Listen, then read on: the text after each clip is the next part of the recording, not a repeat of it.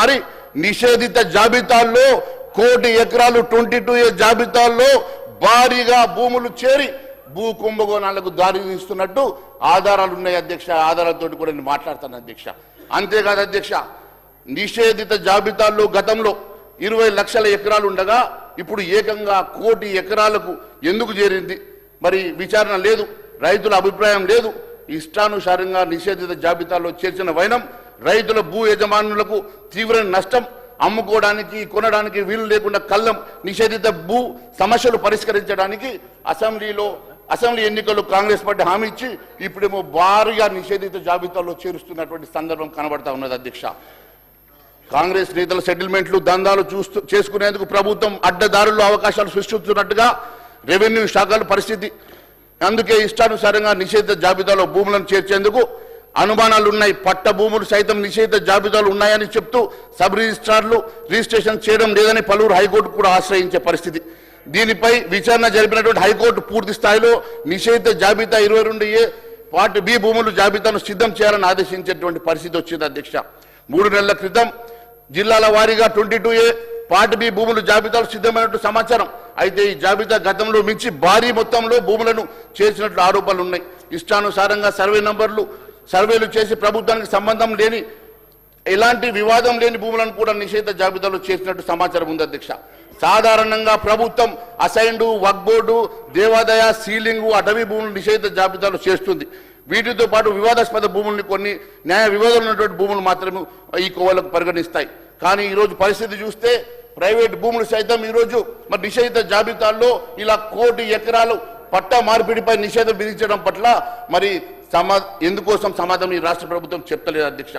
క్షేత్రస్థాయిలో విచారణ జరిపించకుండా ఇష్టానుసారంగా ఇష్టారాజ్యంగా నిషేధిత భూముల జాబితా కాంగ్రెస్ అధికారంలోకి వచ్చిన తర్వాత ఎన్ని భూములు నిషేధిత జాబితాలో పెట్టారో, ఎన్ని తొలగించారో శ్వేతపత్రం విడుదల చేయాలని చెప్పి భారతీయ జనతా పార్టీ డిమాండ్ చేస్తూ ఉంది అధ్యక్ష. కొన్ని విలువైన భూములను ఉద్దేశపూర్వకంగా నిషేధిత జాబితాలో పెట్టడం, వసూళ్లు కాగానే ఆ భూములను నిషేధిత జాబితా నుంచి తొలగించడం అనే భూదందా జరుగుతుందని, వేల కోట్ల రూపాయలు జరుగుతున్న ఈ భూ కుంభకోణంలో ఉన్నత పాత్రదారులు ఎవరు, ఉన్న పాత్రదారులు, దీని వెనుక ఉన్నటువంటి సూత్రధారులు ఎవరో మరి ఖచ్చితంగా ప్రభుత్వం తేల్చాలన్న అవసరం ఉండదని చెప్పి తెలియజేస్తా ఉన్నాం అధ్యక్ష. కాంగ్రెస్ అధికారంలోకి వచ్చిన తర్వాత ఎన్ని భూములు నిషేధిత జాబితాలో పెట్టారో, ఎన్ని తొలగించారో దీని మీద శ్వేతపత్రం విడుదల చేయాల్సిందిగా మరి ప్రభుత్వాన్ని మేము కోరుతా ఉన్నాం అధ్యక్ష. అంతేకాదు అధ్యక్ష, ఈరోజు రాష్ట్రంలో ప్రభుత్వ భూములు 13,82 లక్షల ఎకరాలు, ప్రభుత్వ ఖాళీ భూములు 7.21 లక్షల ఎకరాలు, అటవీ భూములు 41.74 లక్షల ఎకరాలు, దేవాదాయ కింద 74,000 ఎకరాలు, వక్ఫ్ బోర్డు కింద 45,000 ఎకరాలు, మరి అన్నీ కలిపి సుమారు 64 లక్షల ఎకరాలు మాత్రమే నిషేధిత జాబితాలో కనిపించేవి. కానీ ఇప్పుడు రైతు సాగులో ఉన్న భూములను కూడా ఏదో ఒక కారణం చూపించి నిషేధిత జాబితాలో పెడుతున్నారంటే 2017 వరకు రాష్ట్రంలో 10% మించిన 22Aలు ఈరోజు 30% నుంచి 40% మరి నిషేధిత జాబితాలు ఉన్నాయంటే అవి ఎందుకు పెరిగినాయి, దాని మతలబ్ ఏంది, మరి దానికి ఉన్నటువంటి అభ్యంతరాలు ఏంది? మరి దాని తర్వాత దానికి నో అబ్జెక్షన్ సర్టిఫికేట్ కావాలట అధ్యక్ష. నో అబ్జెక్షన్ సర్టిఫికేట్ అంటే మాకు తెలిసింది నో అబ్జెక్షన్ సర్టిఫికేట్, కానీ ఇది NOC అంటే no objection to chief minister అధ్యక్ష. No objection to the chief minister వస్తే, ఆ సర్టిఫికేట్ వస్తే మాత్రమే వీళ్ళు క్లియర్ చేస్తారు. దాంట్లో నుంచే 22 తీసే పరిస్థితి ఉంది అధ్యక్ష. ఈరోజు సామాన్యుడు మరి తన సొంతం కోసము ఇల్లు కట్టుకున్నటువంటి భూముల లోపల ఉన్నటువంటి భూములు అమ్ముకోవాలంటే ఈరోజు NOC తీసుకునేటువంటి పరిస్థితి వచ్చింది అధ్యక్ష.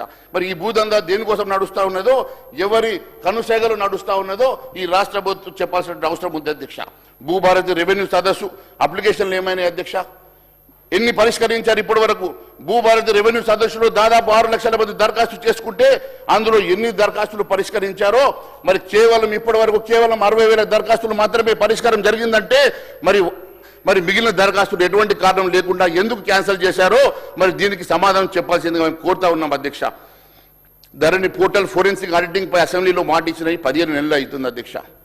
15 నెలల క్రితం ఇదే అసెంబ్లీలో ఫోరెన్సిక్ ఆడిట్ విషయంలో చర్చ జరిగినప్పుడు గౌరవ మంత్రి గారు కూడా ఈ అంశం మీద మాట ఇచ్చారు అధ్యక్ష.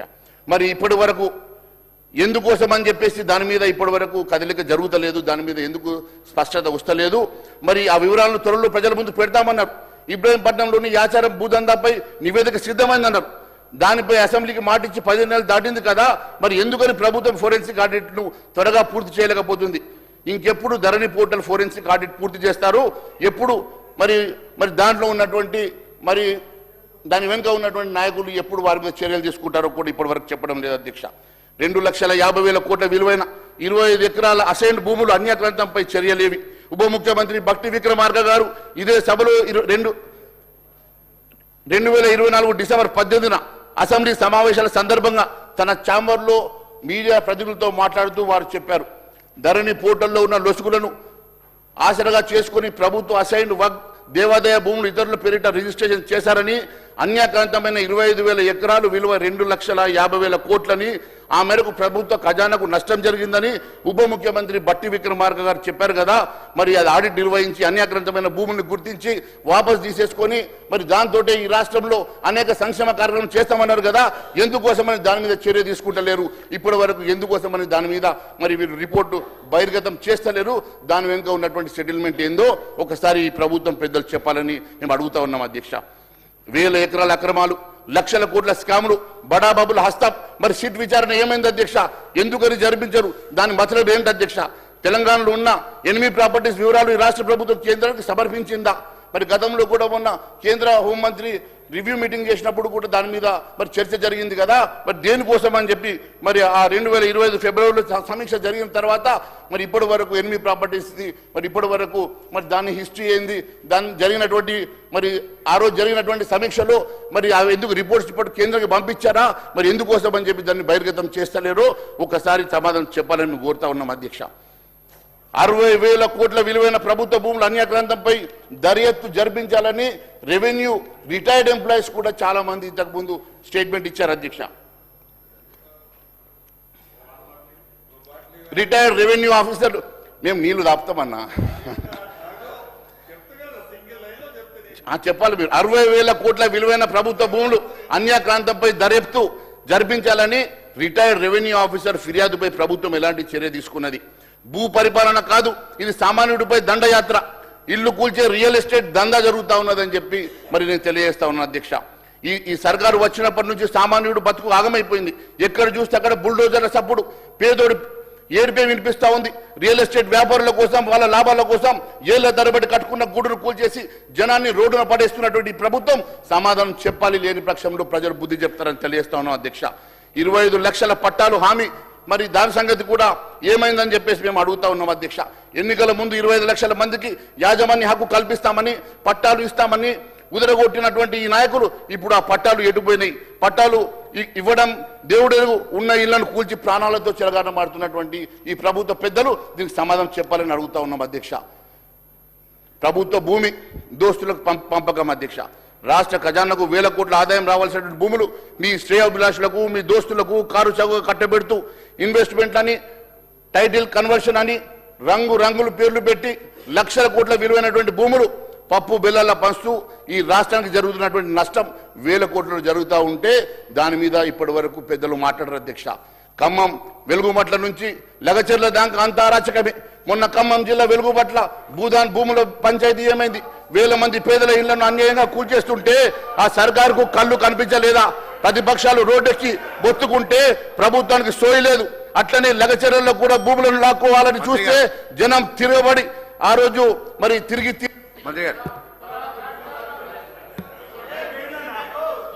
అధ్యక్ష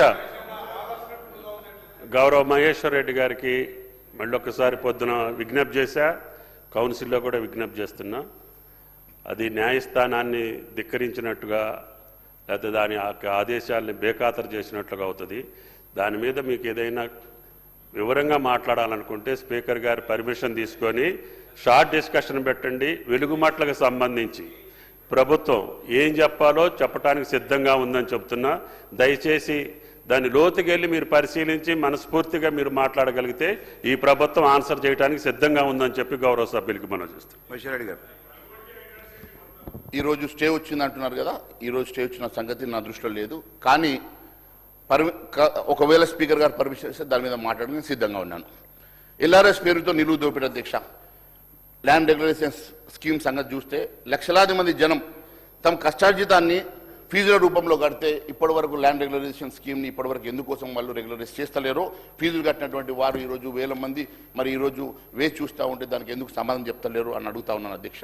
తెలంగాణ అంటేనే యువశక్తి అధ్యక్ష. తెలంగాణలో తిరుగులేని యువశక్తి.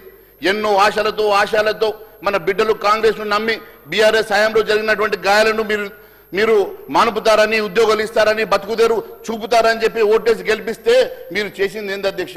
ఉద్యోగాల నియామకానికి వస్తే